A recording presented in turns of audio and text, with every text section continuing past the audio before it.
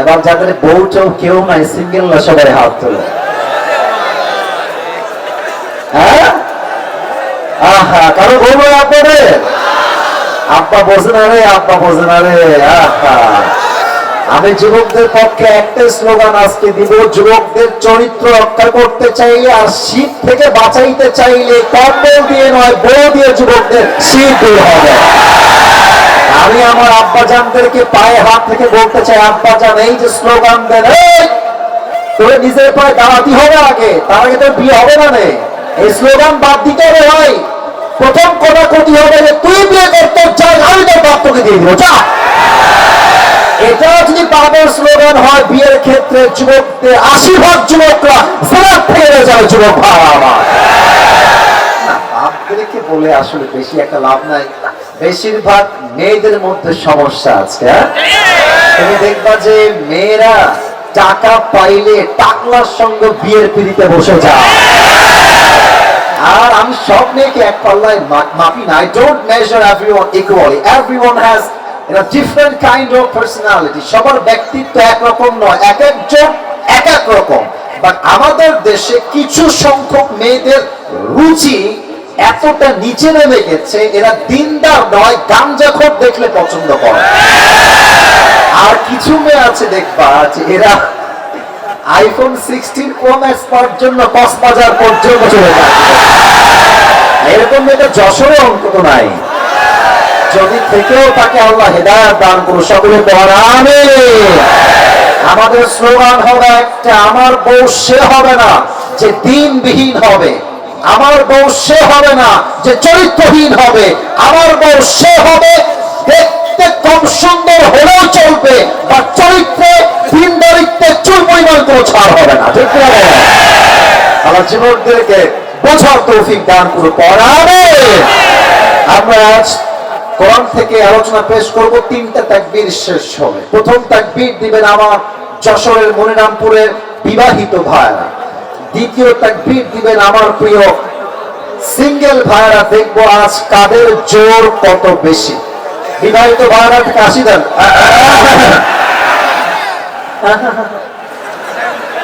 চলো নাই গো, আওয়াজ নাই গো। আচ্ছা, দেখা যাক কিরা পরে আজকে। বিবাহিত ভাইরা দিবেন, এই সিঙ্গেল না, কি পয়েন্ট, কি সাইলেন্ট, তোমার চুপ থাকো। বিবাহিত ভাইরা তাকবীর দিবেন, লিল্লাহি তাকবীর। মোটামুটি চলে, খারাপ না। আচ্ছা, এবার সিঙ্গেল ভাইয়ের কাছে দাও। আচ্ছা, এত সহজ সিঙ্গেলকে হারানো। আচ্ছা, দেখা যাক কে পারে আজকে। আমি নাম্বার না, মুরব্বী নাম্বার দিবে আজকে। সিঙ্গেল ভাইরা তোমাদের time, it's time for the single people. লিল্লাহি তাকবীর। বিবাহিত ভাইরা, আই এম সো সরি, আপনারা আমাকে মাফ করে দিবেন। আজকে যুবকরা সিঙ্গেলরা 80% নাম্বার পেয়ে বেশি পাস করেছে। ঠিক কিনা বলে? এবার সবাই মিলে তাকবীর দিবেন। আমি সহ, আমার আফ্রিদি ভাই সহ আমরা সবাই মিলে তাকবীরের ঠেলায় ভাই স্টেজ ভেঙে নিচে পড়ে যাব। দেখা যাক কত জোর আছে যশোরবাসীর মাঝে। সবাই একটা গলা ঠিক করে নেন। লিল্লাহি তাকবীর। সাউন্ড আসছে, সাউন্ড আসছে। আরেকবার ট্রাই করি। হাত তুলে এমনি মুষ্টিবদ্ধ হাত করেন তো সবাই, মুষ্টিবদ্ধ হাত। Let's try again together. আবার চেষ্টা করব, কাপুরুষের মতো নয়, আমরা সবাই বীর পুরুষের সন্তান, যশোরের ভাড়া। লিল্লাহি তাকবীর। আল কোরআনের আলো, আল হাদিসের আলো, কোরআন হাদিস যেখানে, আরে ওলামা যেখানে, যশোরবাসী যেখানে, মনিরামপুরবাসী যেখানে, আল্লাহ তাআলা কবুল করুন। সকলেই আমরা দিল করে জবান করে পড়ছি আমিন। আমি আসলে আপনাদের জন্য ছোট্ট একটা গিফট নিয়ে আসছি, নেবেন? একখান গিফট নিয়ে আসছি সবার জন্য। এই যে একজন পাবে, বুঝছেন? একজন, আর তার বেশি না। সেইতে কিটা, যেইতে আমার ওয়াজ ভালো করে শুনবেন মন দিয়ে, তাছাড়া কোনো সুযোগ নাই। কি সুযোগ বলে দিচ্ছি। আমি আসি যে ওয়াজটা আজকে পুরো স্পেসিফিকলি রিপ্রেজেন্ট করব আপনাদের সকলের সামনে। শর্ত একটা, আপনি চাইলে আপনার খাতায় অথবা নোট ডাউনে আপনার নোটবুকে লিখতে পারেন, অথবা চাইলে মুখস্থ করতে পারেন। শেষে গিয়ে আমি বলবো কে পারবা আমার প্রশ্ন উত্তর করতে, দাঁড়িয়ে যাও। যে পারবে, মিডিয়া তো অনেক ভাইরাস এসেছেন, আমি সবার সামনে আজ এই টুপিটা তার মাথায় পরিধান করা যাবে। বলেন সবাই ইনশাআল্লাহ। না, ইনশাআল্লাহ আওয়াজটা আস্তে হয়ে গেছে, বলেন সবাই জোরে সবাই ইনশাআল্লাহ। শেষ তাকবীর দেন, লিল্লাহি তাকবীর। আজ আমরা অল্প সময়ে ছোট্ট একটা বিষয়কে হাইলাইট করব কোরআন থেকে, হাদিস থেকে। আমি জাস্ট শব্দের নামটা বলছি, সবাই আমাকে বলবেন সেই শব্দটা কি। আমি বলছি, আজ আলোচনার সেন্ট্রাল থিম বা সাবজেক্ট ম্যাটার হচ্ছে the life of hair after, পরকালের জীবন। বলেন সবাই যশোরের ভাইরা, দুনিয়ার জীবন না পরকালের জীবন? আচ্ছা, এবার কিছু ইমানি প্রশ্ন করতে চাই, জবান করে সবাই উত্তর দিবেন। বলেন তো আমার যশোরের মনিরামপুরের ভাইরা, এখানে যে বসে আছেন জীবিত, বাসায় যে জীবিত ফিরে যাবেন, do you have any guarantee about it? শুনে নাই, কারণ গ্যারান্টি আছে কোনো নাই। কুল্লু নাফসিন যায়িকাতুল মাউত, everyone has to take the test of death. প্রতিটা মানুষকে মৃত্যুর স্বাদ গ্রহণ করাবে একজন। আওয়াজ দিয়ে বলেন সবাই, তিনি কে? দুই নাম্বার প্রশ্ন, বুঝে শুনে উত্তর দিবেন, না বুঝলে চুপ থাকবেন, no problem at all, but বুঝে থাকলে উত্তর কেউ বাদ যাবেন না। বলেন তো সবাই, দুনিয়ার জীবনটা কি অধিক উত্তম না আখিরাতের জীবনটা অধিক উত্তম? আমি যশোরের সাউন্ড এবার পাচ্ছি। দুনিয়ার জীবন বেশি উত্তম না আখিরাতের জীবন বেশি উত্তম? এটার দলিল কোরআনের যুবক ভাইয়েরা, মুরব্বী আব্বা জানরা, বলেন তো সবাই আছে না নাই? 30 নম্বর পারা সূরাতুদ দুহা, আমার আল্লাহ তাআলা বলছেন, ওয়ালাল আখিরাতু খায়রুল লাকা মিনাল উলা। আমি আল্লাহ রাব্বুল আলামিন আখিরাতের জীবনকে দুনিয়ার জীবনের চাইতে হাজার হাজার গুণ বেশি উত্তম বানিয়েছি। কোন সুবহানাল্লাহ। The life of hereafter is much more better than this worldly life. আল্লাহ তাআলা বলছেন, দুনিয়ার জীবনের চাইতে আখিরাতের জীবনকে হাজার হাজার গুণ বেশি উত্তম বানিয়েছে। এক সপ্তাহ আওয়াজ দিয়ে বলেন সবাই, তিনি কে? 3 নাম্বার প্রশ্ন, এটাই শেষ প্রশ্ন। শেষ ভালো যাক, সব ভালো যাক। আচ্ছা, আমাকে আগে দেখেন, মানে প্রশ্ন করার আগে আমাকে দেখেন। আচ্ছা, আমার ফেস, আমার মানে স্ট্রাকচার, আমার দেহ লম্বা সব দেখে আপনার কি মনে হচ্ছে আমার বয়স অন এন অ্যাভারেজ মোটামুটি আমার বয়স কত হতে পারে যশোরের ভাইয়েরা? 50 বছর কে করে রে? এই 25-30 এরকমই তো মনে হয়। আচ্ছা, এখানে এমন কোন মুরব্বী কি আছেন যে মুরব্বীর বয়স, আবার বলছি, এখানে এমন কোন মুরব্বী কি আছেন যে মুরব্বীর বয়স 50-এর বেশি? কে আছেন একটু হাত তুলবেন। 50-এর বেশি, আপনার বয়সটা 50 প্লাস। এই তো আমার সভাপতি সাহেবই বসে আছেন, ওদিকেও আছেন, এদিকে তাকান, বলেন এবার উত্তর দেন। আমি বলি, বলেন সবাই, দুনিয়ার জীবন কি বেশি লম্বা না আখিরাতের জীবন বেশি লম্বা? আরে কত বেশি লম্বা আপনাকে জানতে হবে, কত বেশি লম্বা এটা বুঝতে হবে আপনাকে, ইমাজিন করতে হবে। You have to feel it, you have to imagine the matter. আপনাকে অনুধাবন করতে হবে আখিরাতের জীবন কতটা লম্বা। 30 নম্বর পারা সূরাতুন নাজিআতের সর্বশেষ আয়াত, আল্লাহ তাআলা বলছেন, কান্নাহুম ইয়াওমা ইয়ারাউনাহা লাম ইয়ালবাতু ইল্লা আশিয়াতান আও দুহাহা। 30 নম্বর পারা সূরাতুন নাজিআতের সর্বশেষ আয়াত 46 নম্বর আয়াত, আল্লাহ তাআলা বলছেন, দুনিয়ার মানুষ যখন মারা যাবে, 80 বছরের মুরব্বী আব্বাজান যেই দিন মারা যাবে, 100 বছরের মুরব্বী আব্বাজান যেই দিন মারা যাবে, পরকালের জীবন যখন শুরু হয়ে যাবে, পরকালের জীবনটা এত এত বিশাল লম্বা মনে হবে।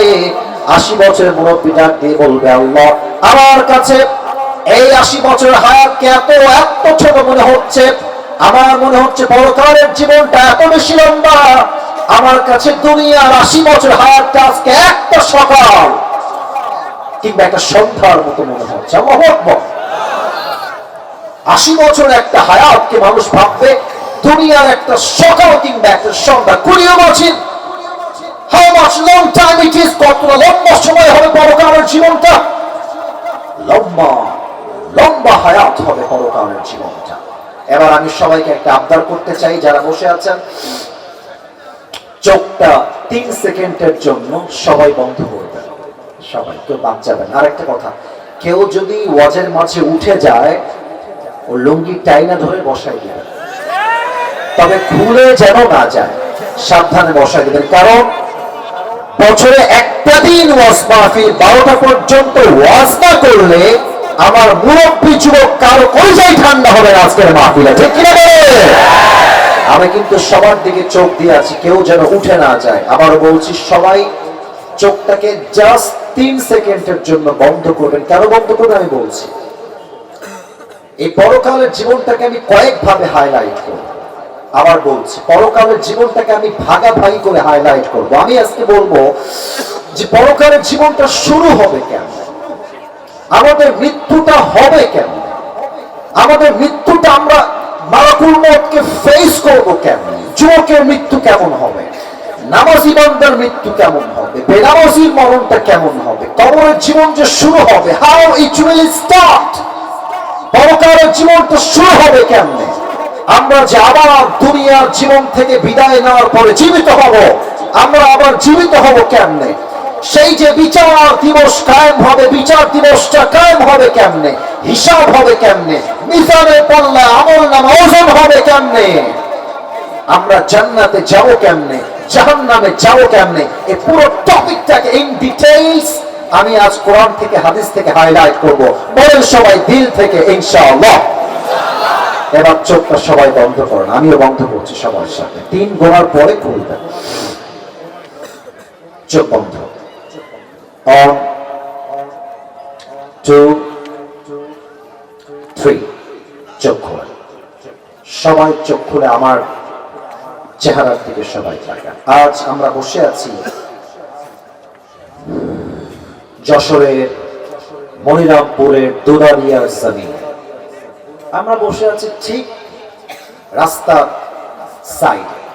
আচ্ছা, যশোরের যে বিশ্ব বা হাইওয়ে রোডটা আছে, যে হাইওয়ে রোড দিয়ে আমরা ঝিনাইদহ যাই, চুয়াডাঙ্গা যাই, খুলনাও যাই, আমার দোদারিয়ার ভাইরা, মনিরামপুরের ভাইরা, কথা একটু বুঝে শুনবেন। ঠিক বলাটা ইটস নট মাস্ট, আপনি বললেও হবে না বললেও হবে, বাট বোঝাটা মাস্ট, বুঝতে হবে। বলেন তো, বিশ্বরোডে যে গাড়িগুলো যায়, হানিফ, দেশ ট্রাভেলস, ন্যাশনাল, গ্রামীণ, গ্রিন লাইন, এই যে বাসগুলো চলে ঢাকার কোচ, এর স্পিড বিশ্ব রোডে, হাইওয়ে রোডে কম থাকে না বেশি থাকে?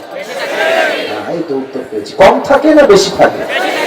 বেশি থাকে। দেখবেন আপনি খুব খেয়াল করে, বাইক যাদের আছে, বাইক যারা চালাও, দেখবা বড় রাস্তায় ট্রাকের ড্রাইভার আমাদের মতো বাইক চালকদেরকে মানুষই মনে করতে চায় না। তুমি যাবা ঠাস করে চাপাই দিবে। আমার মনে হয় যে ট্রাকের চালক আমাদেরকে মানুষ মনে করে না, রাস্তার বামে চাপায় দেয়, ডানে চাপায় দেয়, খালে ফেলায় দেয়, ওদেরকে আবার সামনে গিয়ে অ্যাটাক করা দরকার, গাড়ির থেকে নামিয়ে চুপার করে করা দরকার। যুবক ভাইরা, আপনি কাল সকাল যখন হয়ে যাবে, কেউ যাবে স্কুলে, কেউ যাবে কলেজে, কেউ যাবে বাজারে, কেউ যাবে ব্যবসায়, কেউ যাবে চাকরিতে, সবাই সবার কর্মস্থলে সকাল হলেই ছুটে যাবে।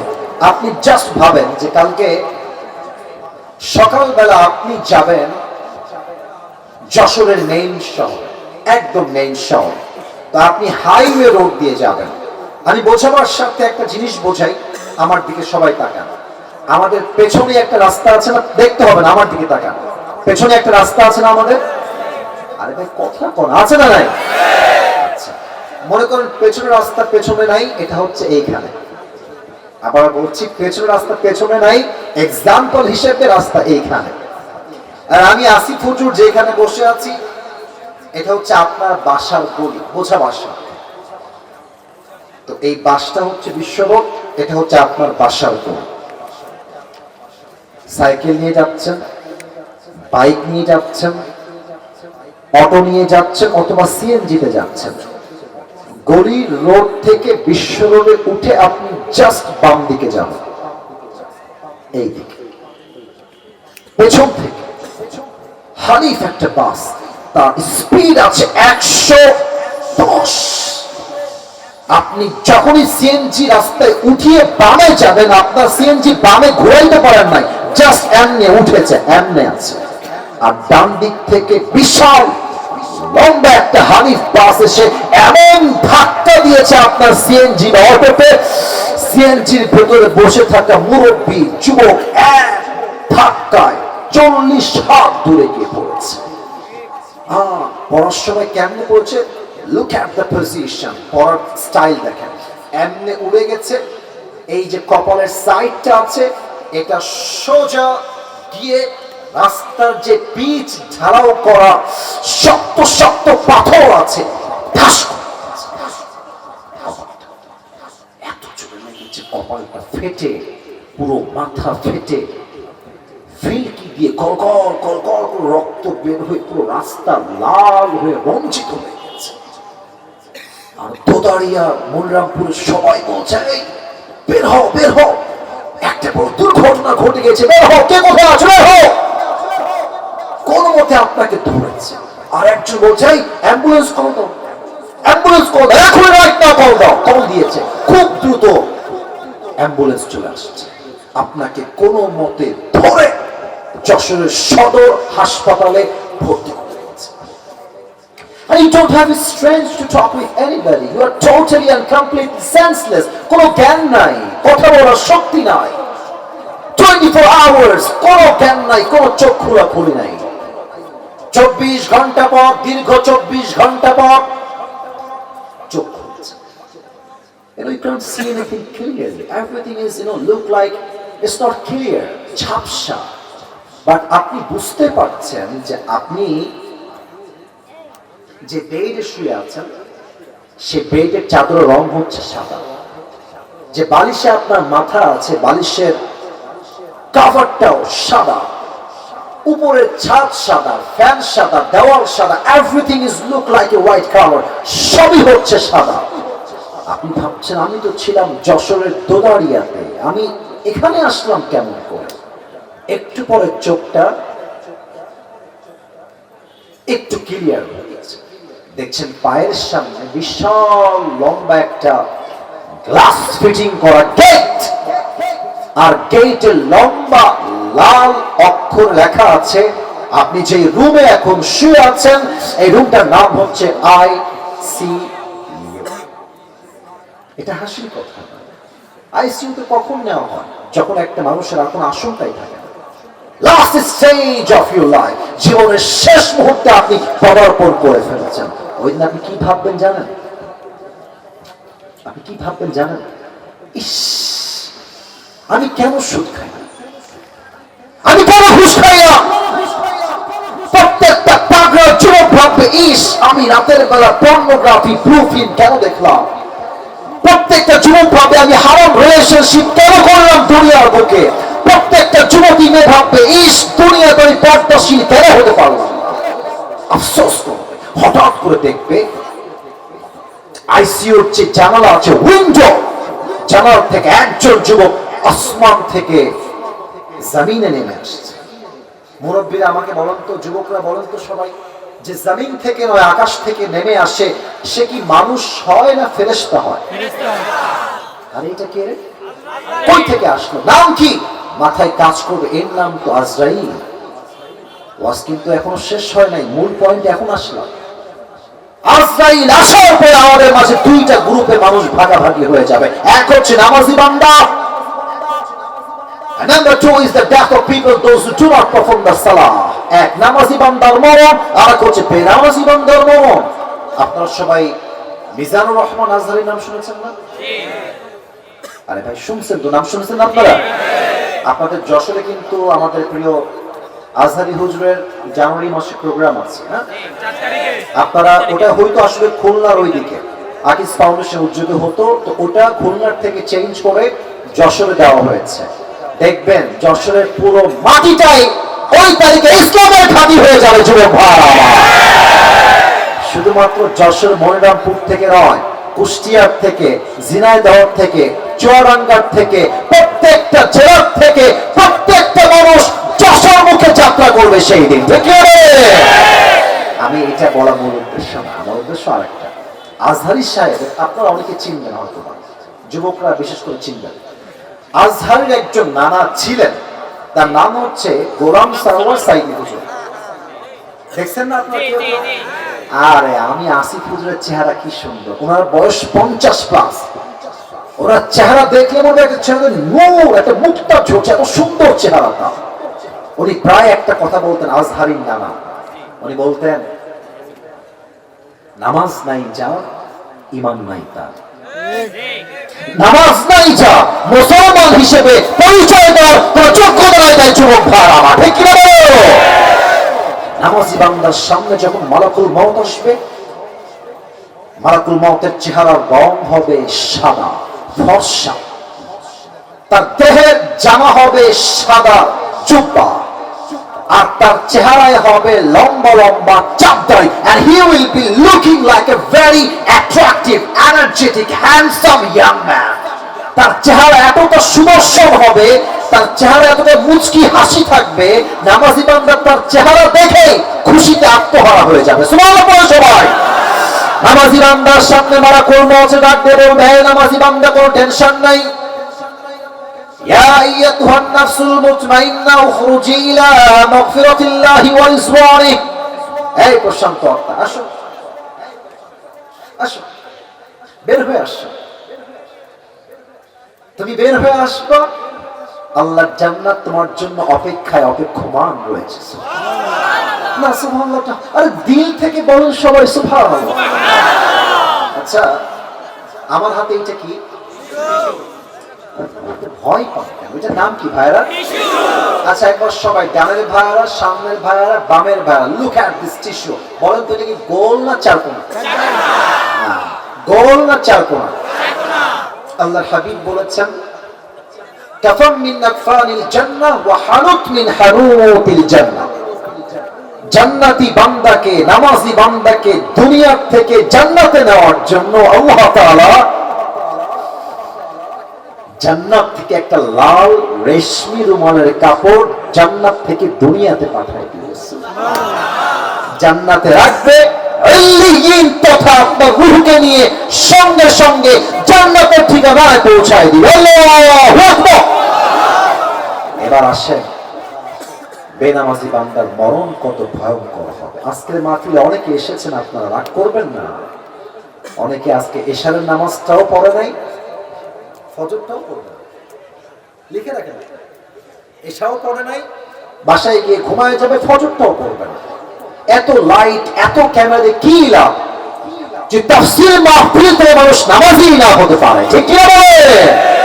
নামাজি বান্দার সামনে মালাকুল মউত আসবে, আমাকে দেখা কেউ মিস করবেন। আমার দিকে তাকান, হাদিসগুলো প্র্যাকটিক্যাল ভাষায় বলা ট্রাই করছি। মালাকুল মউত যখন জমিনে নামবে, দেহের রং হবে নীল, ব্লু কালার, নীলাভ বর্ণের চেহারা, তার জামা হবে কালো কুচ্ছি ব্যাকার, তার এক পা থাকবে জমিনে, হেড তথা মাথা থাকবে আকাশ বরাবর, বিশাল লম্বা। বেনামাজি মুরব্বী যখন মালাকুল মউতের কুচ্ছিত চেহারা দেখবে, যুবক মুরব্বী দেহটা থর থর থর থর থর থর মালাকুল মউত ধমক দিয়ে বলবে, ইয়া আইয়াতুহান নাফসুল খাবিসা উখরুজি ইলা গাদাবিল্লাহ। বেনামাজি বান্দা বের হয়ে আয়, আল্লাহর গজবের দিকে, জাহান্নামের দিকে বের হয়। ডান দিকে দৌড় দিবে, বাম দিকে দৌড় দিবে, আর একবার রুহুটা বের হয়ে পেছনের দিকে পালাতে চাইবে। Look at my left hand, বাম হাত দেখেন। বেনামাজি বান্দার দিকে মালাকুল মউত তার বাম হাতটা দিয়ে এমন চলে একটা থামাবে, তার বুকের ভেতরে হাতটা আপনি ঢুকায় দিবেন, রুহু রুহটাকে যখন তার বুক থেকে টেনে হিচড়ে বের করবে, হাদিসে আসছে একটা জীবিত ছাগলকে যাবেহ না করে তার চামড়া কেউ যদি টেনে হিচড়ে চাকু দিয়ে ছিঁড়ে ফেলে, ওই ছাগলটার যে পরিমাণ কষ্ট হয় তার চাইতে 70 গুণ বেশি কষ্ট দিয়ে বেনামাজি বান্দার রূহটাকে কবজ করা হবে। সকলেই দিল থেকে বলেন নাউজুবিল্লাহ। পারবেন এই কষ্ট সহ্য করতে? বলবো কে আছে পারবে? যদি আপনাকে একটা ব্যাটার আঘাত করে তাই তো আপনি সহ্য করতে পারেন। শীতকালে যখন কেউ পড়ে যায়, একটু আঘাত লাগলে পুরো দেহটা ধর ধর ধর ধর করে কাঁপে। বেনামাজি বান্দা 70 গুণ বেশি কষ্ট তার রূহটা কবজ করা হবে।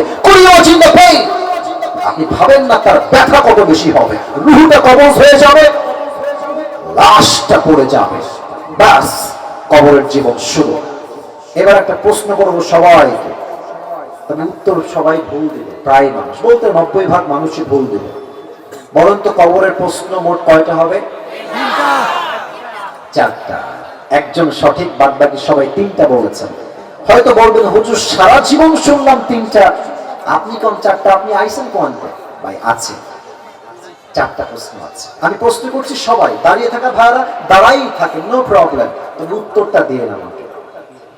আমি প্রশ্ন করছি, বলেন আমাদের রব কে? আবারও শাহাদাত আঙ্গুলি উত্তোলন করে বলবেন আমাদের সকলের মুসলমানদের রব কে? আল্লাহ আমার রব। বলেন না আল্লাহ আমার রব। দমে দমে দোনো মনে তারি অনুভব। তোমার দুনিয়াতে আমি যেদিকে তাকাই, অথই নিয়ামতে ডুবে আছি সবাই। পাখপাখালির কণ্ঠে শুনি তাসবিহ কর রব, তাসবিহ কর রব। আল্লাহ আমার রব, এই রবই আমার সব। এক নাম্বার। 2 নাম্বার, ওয়ামান নাবিয়্যুকা তারিফু হাযার রাজুল, do you know who is this person? ও একটা কথা বলতে হবে, সরি বলতে ভুলে গেছি। এই কথা না বললে ওয়াজটা সম্পূর্ণই হবে না। মাস্ট, ইম্পর্টেন্ট বলতে গেলে ফরজ আইন এটা বলা। আচ্ছা, যশোরে সবচেয়ে বড় কলেজের নাম কি? আচ্ছা, মনে করেন যে কালকে আমার সকালে এক্সাম আছে, পরীক্ষা আছে।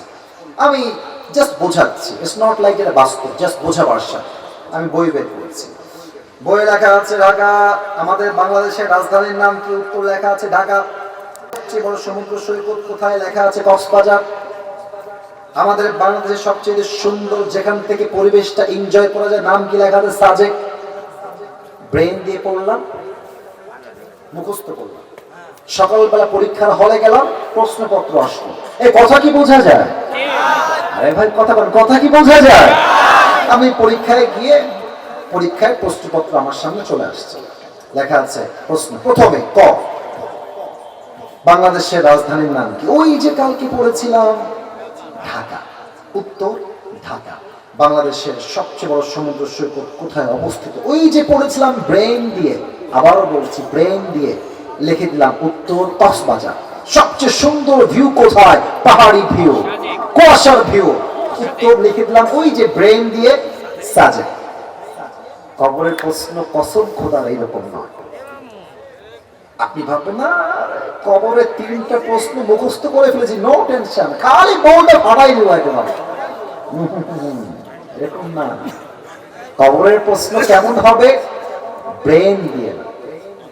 আপনাকে জানতে হবে, মানতে হবে, আমল করতে হবে, ঈমান রাখতে হবে, তারপর উত্তরটা সহজ হবে। ঠিক কি না? যদি ভাবেন যে উত্তর মুখস্থ করে উত্তর দিব, no, absolutely wrong idea man. আবার বলেন তো এবার আমার মুখের দিকে তারা, এই যে আমার লম্বা লম্বা কালো কালো, আচ্ছা মাইকটা একটু হটাই দেয়, এটা লম্বা লম্বা কি? না, আবার সাউন্ড কমে, এটার নাম কি? আচ্ছা আপনারা সবাই কম, আমার ক্ষতি হবে ভাই। এই দাড়ি রেখে কি আমার খ্যাত লাগতেছে? তো কথা কষ্ট না কিসের জন্য খ্যাত লাগতেছে ভাই? আরে কিছু দাড়ি দেখলে চুল খায়। কিছু মেয়ে আছে দাড়ি দেখলে পছন্দ না, এরা দেখবো যে দাড়ি পছন্দ না, টিকটকার যারা পছন্দ করে যুবক ভাই। ঘাসও খায়, সেই লেভেলের মাছ খায়। কারণ যে টিকটকার, যার চরিত্র খারাপ, যে গাঞ্জা খাইয়াই কুল পায় না, ও তো নিজের মূল্য নিজেই বুঝে, তার বড় মূল্য বুঝবে কারণ যশোরে ভাড়া আবার। এবার বলেন, যে মেয়েরা দাড়ি রেখে পছন্দ করতে চায় না, তুমি কি বলবা? তোমার চিন্তা কি হওয়া উচিত? একটু মেসেজটা দিয়ে দিই, বলবা যে আপনার পছন্দ হচ্ছে না আমাকে? না, বলবা আপনি আমাকে কি পছন্দ করবেন না? আপনার মতো চরিত্রহীন মেয়েকে তো আমি নিজেই বিয়ে করব না। আরে যেই মেয়ে আমাকে দাড়ির জন্য বিয়ে করতে চায় না, সেই মেয়ে আমার বউ হয়তো চোখ রাখে না, যুবক ভাড়া আমার, ঠিক না বলো? এবার বলেন তো সবাই, আবার নবীর মুখে লম্বা লম্বা চাপ দাড়ি ছিল কি ছিল না? জোরে বলেন, ছিল কি ছিল না? আমার নবীর মতো সুন্দর আল্লাহর জমিনে দ্বিতীয় আর কেউ কি হতে পারে? যাদের চেয়ে সুন্দর তুমি, নবী আমার কামলিওয়ালা, দো জাহানের বাদশা তুমি, প্যারা নবী সাল্লে আলা, দো জাহানের বাদশা তুমি, প্যারা নবী সাল্লে আলা, যাদের চেয়ে সুন্দর তুমি, নবী আমার কামলিওয়ালা। সবাই 2 নাম্বার প্রশ্ন শেষ। 3 নাম্বার, ওয়া দীনুক, আমাদের ধর্মের নাম কি? বলেন, বুক ফুলা। আরে মিয়া, গর্ব নিয়ে তো আমাদের ধর্মের নাম কি? ইসলাম আমাদের ধর্ম, বিধায় তো আমরা মারামারি করতে চাই না। ভারত ভাবতেছে যে ডক্টর ইউনূস সাহেব একটু লেদা বেদা মানুষ, নম্র ভদ্র মানুষ, ব্যাংকের এফডি মানুষ, আরে বাংলাদেশকে শেষ করে ফেলবো। আর ওই যে হকার সাংবাদিক একটা আছে, বাংলাদেশ থাকবে না বেটা, তুই বাংলাদেশে আয় না, এই দেশের 1 ইঞ্চি মাটি আমার কলিজার তাজা বুকে রক্ত দিয়ে স্বাধীন করা বাড়ি। যুবক ভাড়া, চট্টগ্রাম নিবা তোমরা, আসো না, এমন একটা যুদ্ধ হবে, এর নাম হচ্ছে গজওয়ায়ে হিন্দ। হিন্দুস্তানের সঙ্গে যুদ্ধ হবে, তবে সেই যুদ্ধে কাফেরদের বিজয় হবে না, মুসলমানরা বিজয় অর্জন করে আনবে। যুবক ভাড়া আমার, ঠিক বলো? আমরা মুসলমান, তবে হ্যাঁ, স্বামীর কাছে বউ গেলে স্বামীর শক্তিও বেড়ে যায়, বউয়ের শক্তিও বেড়ে যায়। যুবক ভাড়া, উনি ওখানে গিয়ে মাঝে মাঝে অডিও কল পাঠান কি, যে আমি চট করে ঢুকে যাবো, চট করে আমি চলে আসবো। আর আমরা বলি একটা কথা, 5 আগস্টের সকালবেলা, বলে আসতো তাই বলছি, মানে মাথায় আসতো তাই বলছি, 5 আগস্টের সকালবেলা ওনার হাতে র্যাব ছিল, বিডিআর ছিল, আর্মি ছিল, এয়ারফোর্স ছিল, ল্যান্ড ফোর্স ছিল, পুলিশ ছিল, তথা কথিত গুন্ডালিক বাহিনীও তার হাতে ছিল। এত কিছু দিয়েও তো আপনি ক্ষমতার গতি ধরে রাখতে পারলেন না, ওই মামুর ভাই দিল্লি আপনাকে ভাগতে হলো। আর আপনি ওখান থেকে ইসকন দিয়ে, সাম্প্রদায়িক দাঙ্গা লাগাই দিয়ে আবার চট করে ঢুকে স্বৈরাচারী করবেন। আর যশোরের মানুষকে আমরা বসে বসে আঙ্গুল চুষবো নাকি? যুবক ভাড়া, স্পষ্ট পয়গাম যশোরের ভাড়া, আগামীতে নির্বাচন হবে, তবে কোন স্বৈরাচার দেশের ক্ষমতার মস্তকে বসতে পারবে না। যুবক ভাড়া, আগামীতে কারা বসবে? আগামীতে সেই দল বসবে যেই দল আল্লাহর জমিনে আল্লাহর দ্বীনকে কায়েম করতে চায়। আগামীতে সেই দল ক্ষমতায় বসবে যেই দলের লিডার প্রধানমন্ত্রী হওয়ার যোগ্যতা রাখে, আবার জাতীয় মসজিদ বাইতুল মুকাররমে দাঁড়িয়ে জুমার খুতবা দেওয়ার যোগ্যতা রাখে। দশের ভাড়া, আর যদি কোন ষড়যন্ত্র করে, আর যদি কোন প্ল্যান করে, সাহস করে কোন স্বৈরাচারকে দেশের মস্তকে বসাবার কোন প্ল্যান করা হয়, আগামীতে এমন একটা দুর্বল গঠিত আন্দোলন হবে, যে আন্দোলনে শহীদ হওয়ার জন্য একটা শহীদ আবু সাঈদ নয়, এই যশোরের জমিন থেকে হাজার হাজার শহীদ আবু সাঈদ মাথায় কাপড়ের কাপড় বেঁধে রাস্তায় নামতে হবে। দুহাত তুলে বলো সবাই, ঠিক কিনা? এই ইমাম সবাইকে দান করো, সবাই বলো না আমিন। কথাটা বলতে একটু গরম হয়ে গেছে, ইমানের জোরের কারণে আসলে। বলেন তো সবাই, আমাদের ধর্মের নাম কি? আমার জোর কমে গেল যে, বলেন সবাই, নাম কি? ইসলাম। এটা হচ্ছে 3টা উত্তর শেষ। শেষ প্রশ্ন, এত উত্তর জানে কেন? How do you know? What is the source of your knowledge? তোমার জ্ঞানের উৎস কোথায়? দেখালাম তাও কইতে পারলে না, বলো সবাই কি না? আল্লাহ বলবে, ফেরেশতা খবরদার, খান না, আর প্রশ্ন হবে না, স্টপ, থামো। এই মুহূর্তে আমার বান্দার কবরের সঙ্গে তোমরা এই মুহূর্তে জান্নাতের দরজা খুলে দাও। আমার বান্দার কবরকে তোমরা এখনই 70 গজ লম্বা করে দাও। না তোরা কবরের জীবন শুরু, এটা হচ্ছে পরকালের জীবনের প্রথম ধাপ। আমি ওয়াজ শুরু করেছি 10:35 থেকে, এখন বাজে 11:45। আপনারা কি চান আরো 15 মিনিট ওয়াজ হবে? সবাই দুই হাত তোলেন, সবাই দুই হাত তোলেন। না তাকবীর না, তাকবীর না, তাকবীর না, সবাই একটা কাজ দেন, হাত উপরে রাখেন, হাত উপরে রাখেন।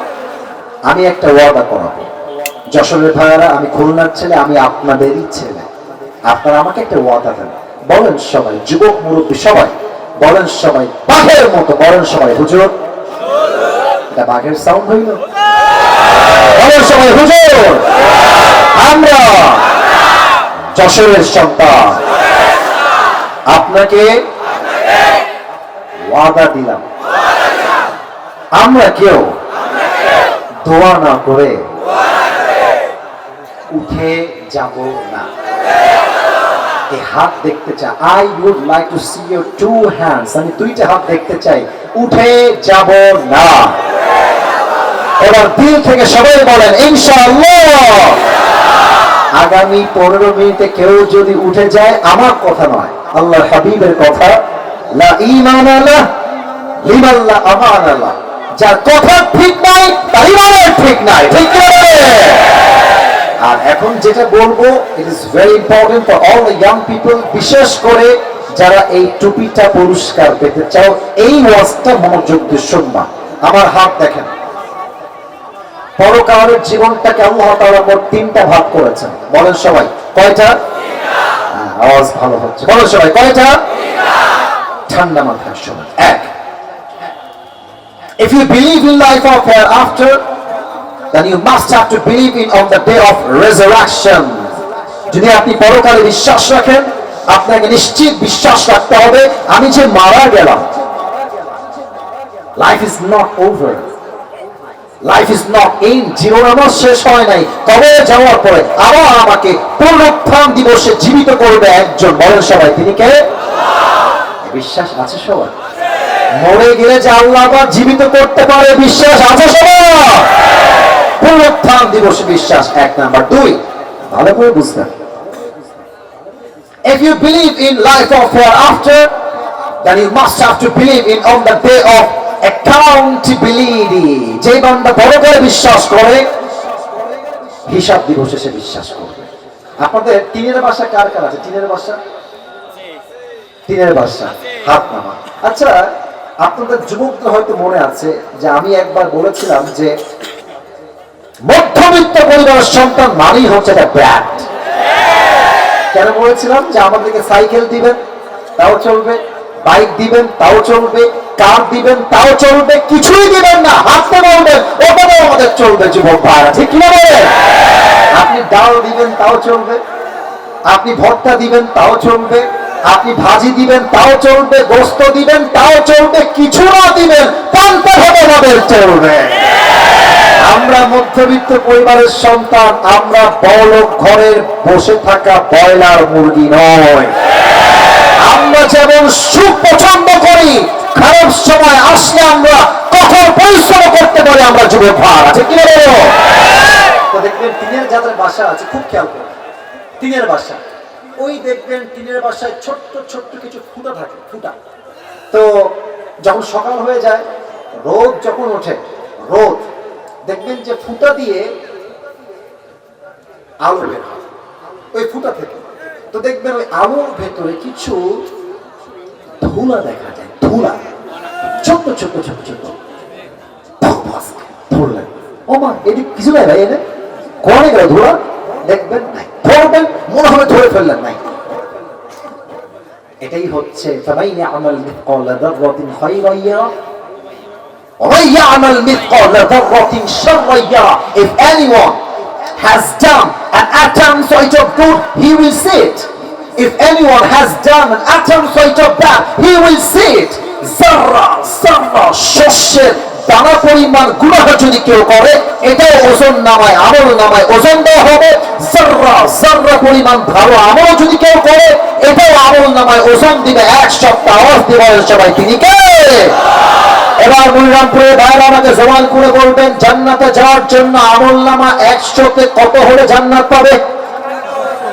কে বলেছেন ফার্স্টে 51? তুমি? আচ্ছা, 51।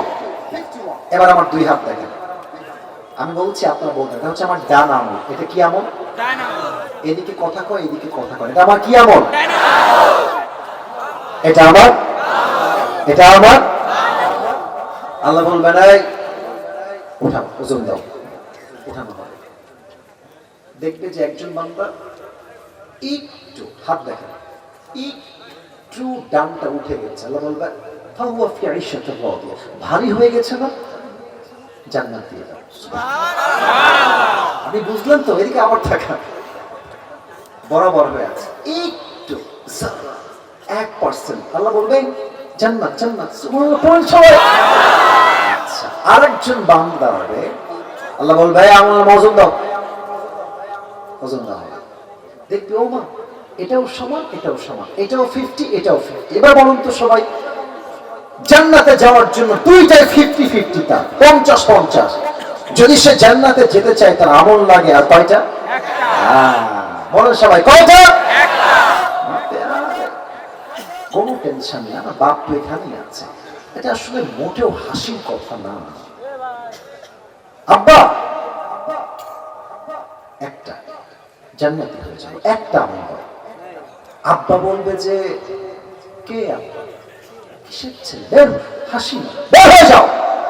কিসের বাবা? আমার তো বই ছিল না দুনিয়াতে, বিয়ে হয় নাই, আমার ছেলে আসবে কই থেকে? ও horse, get out from here, বের হয়ে যাও। চুপ, আব্বা আমি তোমার ছেলে, আমাকে চিনতে পারছো? এই কিসের ছেলে? বের হয়ে যাও। গেট আউট ফ্রম হিয়ার, বের হয়ে যাও। যুবক বলবে, বাপ চিনলো না, মা আমাকে অবশ্যই চিনবে। মা একটা আমল দিলেই তোমার ছেলে জান্নাতি। মা বলবে, কিসের মা, কিসের ছেলে? বের হয়ে যাও।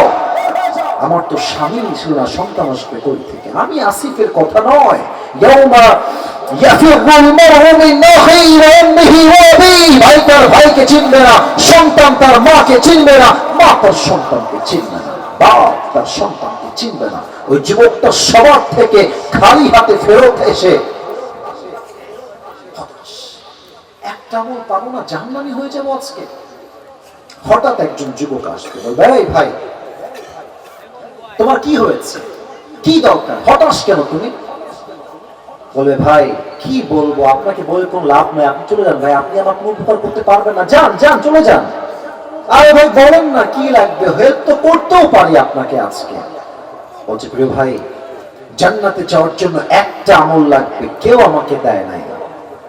ওই যুবক বলে, ভাই কেউ দেয়নি তো কি হয়েছে, আপনার ভাই আজকে আপনাকে একটা আমল নামা দান করে দেবে। সুবহানাল্লাহ পড়বেন না তো? এই হাদিসটা প্রথমে আমি পড়ি নাই, প্রথমে আমি শুনেছিলাম পাকিস্তানের বিখ্যাত আলেম, ফেমাস স্কলার, তার নাম হচ্ছে মাওলানা তারিক জামিল। নাম শুনছেন না আপনারা সবাই? উনি বললেন যে এই ভাইটা, তার ভাষা তো উর্দু, উনি ওনার ভাষায় বলছিলেন যে ये कहेगा कि भाई तुम मुझे एक अमल दे सकते हो, तुम्हारे पास एक अमल है? तो वो भाई कहेगा जरूर, क्यों नहीं, मैं तुम्हें एक अमल आज अल्लाह के लिए दे दूंगा। तो वो अमल ले लेगा पहले, और साथ ही साथ रब के पास दौड़ के जाएगा, माँ ने नहीं दिया, औलाद ने नहीं दिया, किसी ने भी नहीं दिया, तू कौन होता है एक अमल देने वाला? तो वो बंदा कहेगा, अल्लाह मेरे पास अमल है ही बस एक अमल, मेरे पास है ही एक अमल, अगर ये है तो भी मैं जहन्नम में जाऊंगा, नहीं है फिर भी मैं जहन्नम में जाऊंगा। तो मैंने सोचा कि अगर मेरी एक अमल के जरिए से मेरी और कोई भाई जन्नत में चला जाए तो उसमें मेरी क्या बुरी बात है। तो मैंने एक अमल मेहरबानी करके उसको सदका कर दिया। अल्लाह कहेगा, अरे तो मुझसे भी बड़ा मेहरबान बनना चाहता है, अना रहमान अना रहीम, मुझसे बड़ा शफ़क़त वाला, मुझसे बड़ा मेहरबान और कोई नहीं हो सकता। तुझे जो एक अमल मिल गया है, 51 हो गया है, तो जन्नत में चले जा, लेकिन अकेले जन्नत में मत जाना, तू भी जन्नत में जा, और जिसने तुझे एक अमल दे दिया है तू भी जा, उसे भी साथ लेकर दोनों जन्नत में चले जाओ। আল্লাহ বলবে কি রে তুই একটা আমল কেন দিলি? বলবে আল্লাহ আমার কাছে আছেই মাত্র একটা, ও থাকলেও আমি জাহান্নামী, না থাকলেও জাহান্নামী। তা আমি ভাবলাম যে যদি আমার ভাই আমার একটা আমল নিয়ে জান্নাতে যায়, আমার দোষ কোথায়? আমি আল্লাহ দান করে দিচ্ছি, তোমার দিকে তাকায়। আল্লাহ বলবে আরে তুমি কি আমার চাইতে বেশি দয়াময় হতে চাও? তুমি কি আমার চাইতে বেশি মায়াময়? না না, আমি হলাম the most merciful, the most gracious, the most kindful Lord। আমার মতো দয়াময় মায়াময় আর কেউ নয়। তুমি যে একটা আমল পেয়ে গিয়েছো, তুমিও জান্নাতে যাও। তুমি একা যেও না, যে তোমাকে একটা আমল দান করেছে তাকে নিয়ে দুইজন একসঙ্গে জান্নাতে প্রবেশ করো। সুবহানাল্লাহ। 100 আমল লাগবে 51 হলেই আপনি জান্নাতি। এবার একটা প্রশ্ন, সময় যেহেতু শেষ আর সময় নিব না, ওয়াদার জায়গায় থাকবে। কিয়ামতের দিবসে প্রথম হিসাব কি বিষয় হবে? একজনের থেকে আমি আগে পেয়ে গেছি, আবারও বলছি, কিয়ামতের দিন প্রথম হিসাব কি বিষয় হবে? আপনারা সবাই ইসলামের দ্বিতীয় খলিফা ওমর ফারুক রাদিয়াল্লাহু আনহু নাম শুনছেন না সবাই? শেষ হাদিস বলছি, শেষ ভালো যাও। ওমর ফারুকের কাছে একজন যুবক আসছে, তার নাম হচ্ছে আবু লু'লু আল মাজুসি। এসে বলছে ওমর আমার একটা অভিযোগ আছে। কি অভিযোগ? বলছে আমার যে মালিক আছে, আমি একজন গোলাম, সে প্রত্যেক দিন আমার কাছে 6 দিরহাম জোর জবরদস্তি চার্জ করে। আরে তো তুমি কত চাও? বলছে আমাকে 2 দিরহাম চার্জ করলে আমার জন্য ভালো হয়। তো বলছে আরে ভাই তোমার চাকরি কি, ব্যবসা কি, তুমি কি করো? তো বলছে আমি মূলত চাকু বানাই, খঞ্জর কাকে বলে? আমার ডান হাত দেখেন, ডানেও চাকু বামেও চাকু, নকবতু ফি ওয়াসাতি, হ্যান্ডেল হচ্ছে মাঝখানে। বলছে ও আচ্ছা তোমার এই ব্যবসা, তোমার তো 6 দিরহাম নয় 10 দিরহাম চার্জ হওয়ার কথা। এই কথা শুনে কাফের বলছে ও আচ্ছা ওমর, সবাই যেহেতু মুসলমান তাই তুমি সবার বেলায় নরম, আর আমি যেহেতু কাফের তাই তুমি আমার বেলায় হয়েছে গরম, তাই না ওমর? তোমার বিচার আমি একাই করবো। ধমক দিয়ে ডান দিক দিয়ে বের হয়ে গেছে। বিশাল লম্বা একটা খঞ্জর বানিয়েছে ওমরকে হত্যা করবার জন্য। আচ্ছা বলেন তো আমার গায়ে এটা আমি কি মুড়ি দিয়েছি? বলো সবাই নাম কি? আচ্ছা সবাই আমার পেটের ডান দিকে দেখে, সবাই প্রত্যেকটা যতটুকু দেখা যায় প্রত্যেকটা আরব সর্দারের পেটের ডান দিকে একটা খাপ থাকতো হাতিয়ার রাখার জন্য, শত্রু পক্ষকে তারা ঘায়েল করতে পারে, পেটের ডান দিকে। তো আবু লু'লু আল মাজুসি বিশাল লম্বা একটা খঞ্জর নিয়ে পেটের ডান দিকে রেখেছে। এবার দেখেন আমার চাদর কেমনে সে নিজেকে আত্মগোপন করেছে। চাদরের পেছন দিক থেকে নিয়ে এই পর্যন্ত মেয়েদের নেতাদের মতো দিয়েছে, এমনি দিয়েছে। আমি হাদিসটা প্র্যাকটিক্যাল বলছি। আর এই ডানের এই চাদরটাকে পুরোটা এমনি দিয়ে ঘুরাই দিয়ে পুরো মুখ ঢেকে ফেলেছে। No one can see his face except his eyes। চোখ ছাড়া কিছুই দেখা যায় না, পুরো মুখটাই কভার্ড। ফজর আযান দিয়েছে, ওমর ফারুক আসছে ইমাম হয়ে। সফু সফু ফাকুম কাতা, শুনে করো, কাঁধে কাঁধ মিলিয়ে দাও। আল্লাহু আকবার। سبحانك اللهم وبحمدك وتبارك اسمك وتعالى جدك ولا إله غيرك الحمد لله رب العالمين الرحمن الرحيم مالك يوم الدين। নামাজ শুরু হয়ে গেছে। সূরা ফাতিহা পড়েছেন, কিরাত পড়েছেন, আল্লাহু আকবার, রুকুতে গিয়েছে।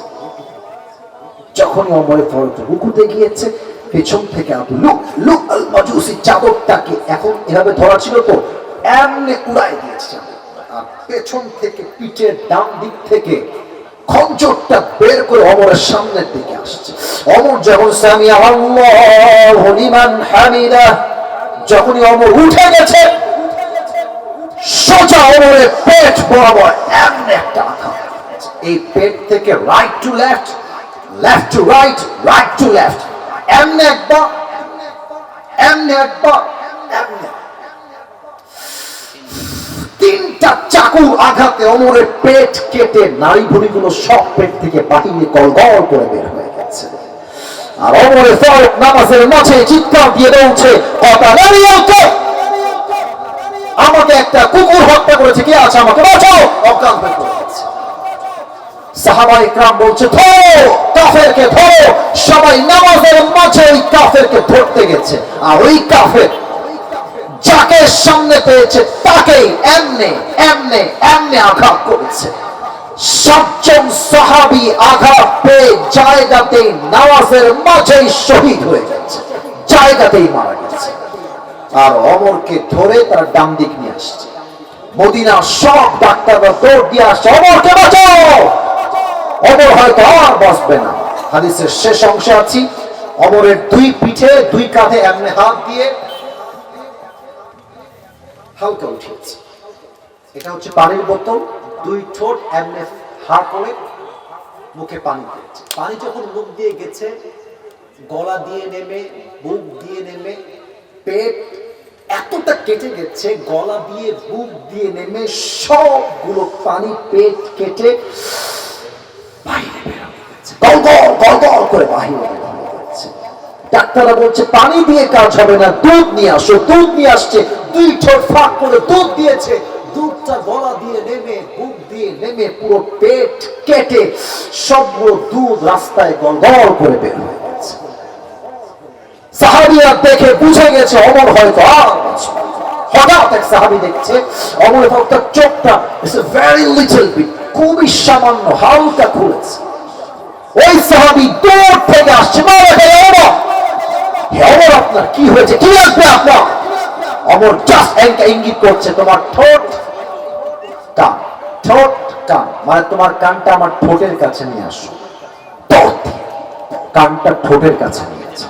আর ভাবছে হয়তো ওমর বলবে আমার রাষ্ট্রের সম্পদ দেখে রেখো, বউকে দেখে রেখো, সন্তান দেখে রেখো, এটাই আমার লাস্ট ওসিয়ত। না না না, যখনই কানটা বাড়িয়ে দিয়েছে ওমরে ফারুক শেষ কথা,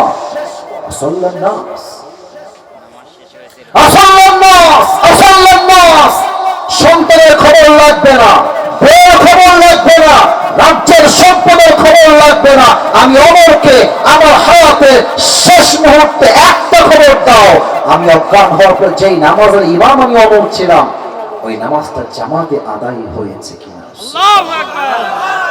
আপনি বুঝেন নামাজটাকে বলেন, আপনি বুঝেন?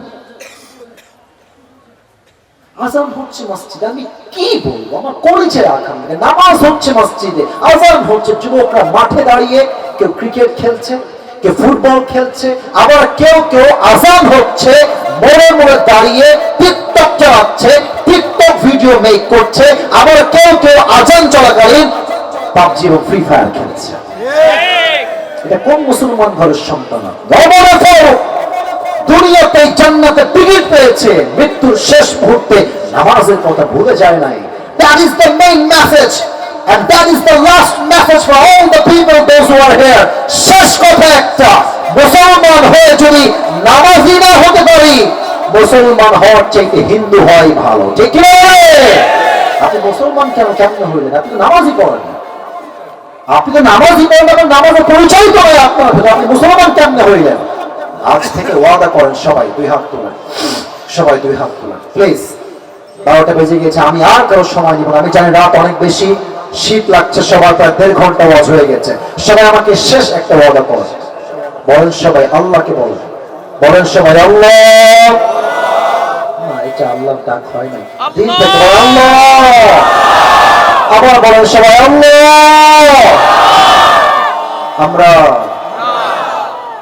দিল থেকে, এবার আওয়াজ হচ্ছে, বল সবাই দিল থেকে নিয়ত করলাম